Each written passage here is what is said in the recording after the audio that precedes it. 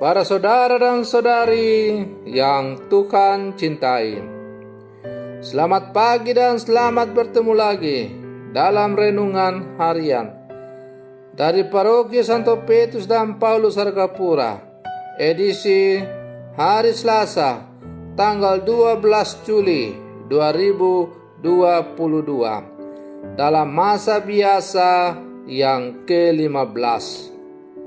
Mengawali hari yang baru ini, kita hendak mendengar dan merenungkan sabda Tuhan. Marilah sebelum kita mendengar dan merenungkan sabda Tuhan, kita berdoa. Dalam nama Bapa dan Putra dan Roh Kudus. Amin. Allah Bapa Maha Kuasa, ajarilah kami mengenal tanda-tanda bahwa Engkau menyampaikan sabdamu kepada kami.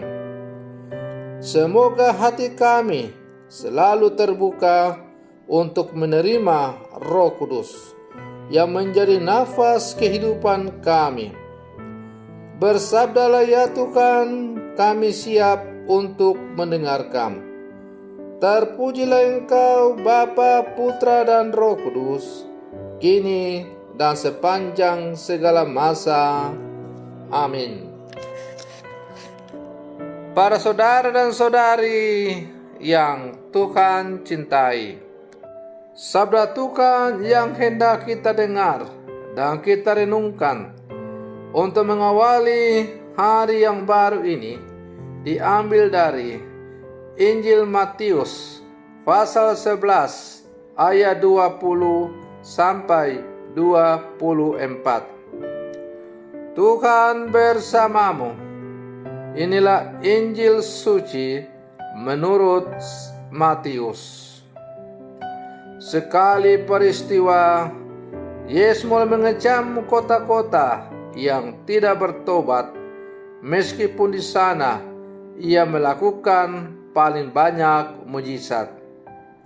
Ia berkata, "Celakalah engkau Korazim, celakalah engkau Betsaida, karena jika di Tirus dan Sidon terjadi mujizat-mujizat yang telah kulakukan di tengah-tengahmu, pasti sudah lama mereka bertobat dan berkabung.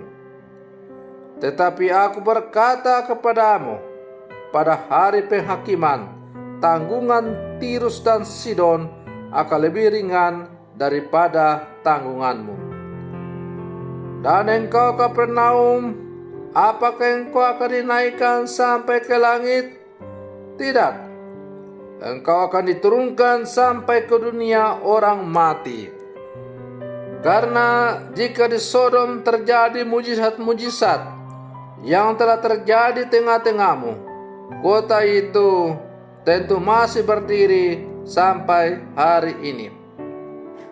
Maka aku berkata kepadamu, pada hari penghakiman, tanggungan negeri Sodom akan lebih ringan daripada tanggunganmu." Demikianlah sabda Tuhan. Para saudara dan saudari yang Tuhan cintai, Yesus mewartakan kasih dalam banyak bentuk. Salah satunya adalah dengan melakukan banyak mujizat. Meskipun demikian, masih banyak juga yang belum percaya kepadanya. Sehingga melalui bacaan Injil yang diperdengarkan kepada kita hari ini, kita mendengar kecaman keras dari Yesus terhadap kota-kota yang tidak bertobat. Celakalah engkau Korazim, celakalah engkau Betsaida, dan seterusnya. Para saudara dan saudari yang Tuhan cintai, Yesus menyadarkan kita bahwa kita harus membuka diri untuk menangkap tanda-tanda kehadiran Allah. Kita diminta untuk membiarkan Allah meraja atas kita, bukan menjadi budak harta dan kuasa. Sebab sesungguhnya Allah tidak pernah meninggalkan kita umatnya. Ia selalu hadir dalam tawa dan tangis kita. Ia hadir dikala kita gembira ria, dan dikala kita menimang luka. Tak pernah Ia meninggalkan kita. Kitalah yang meninggalkan Dia, meminggirkan Dia dari pusat kehidupan kita, lalu membiarkan ego, nafsu, dan ambisi pribadi sebagai pusat kehidupan kita. Para saudara dan saudari yang Tuhan cintai, demi ego, nafsu, dan ambisi itu, kita lupa membangun relasi yang intim dengan Allah lewat doa atau sembah bakti. Kita menjadi masa bodoh dengan tetangga yang sakit dan lapar. Kita tidak peduli dengan mereka yang tertindas. Kita tertawa di atas hati sahabat yang terluka. Para saudara dan saudari yang Tuhan cintai, secara sepintas kecaman Yesus tersebut sungguh keras dan menggelitik pendengarnya kala itu. Namun justru itu adalah salah satu cara di mana Dia menyerukan kebenaran, supaya manusia perlu bertobat dan tidak boleh merasa lebih hebat dan suci dari orang lain kalau tidak melakukan pertobatan yang radikal. Para saudara dan saudari yang Tuhan cintai, apakah dalam kehidupan kita merasa lebih benar, lebih suci, dan lebih superior dari orang lain, sehingga tidak melakukan pertobatan yang sungguh-sungguh? Sabda Yesus yang hari ini kita dengar, kalau pada waktu itu Yesus mengecam kota-kota Korazim, Betsaida, dan sebagainya, maka kecaman Yesus ini sekarang ini ditujukan kepada kita masing-masing. Supaya apa? Supaya kita bisa masuk ke kedalaman relung hati kita yang terdalam dan melihat dengan kacamata iman, benarkah kita ini telah hidup sesuai dengan apa yang diajarkan oleh Tuhan?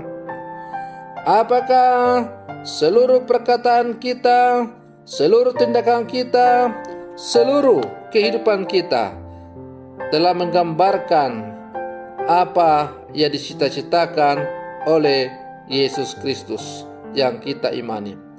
Ataukah iman kita baru sebatas manis di bibir, tetapi tidak nyata dalam kehidupan yang konkret? Seorang Katolik sejati adalah seorang Katolik yang menseimbangkan antara apa yang ia katakan dan apa yang ia lakukan, atau adanya gerak yang sama antara iman dan perbuatan, karena iman tanpa perbuatan adalah iman yang mati.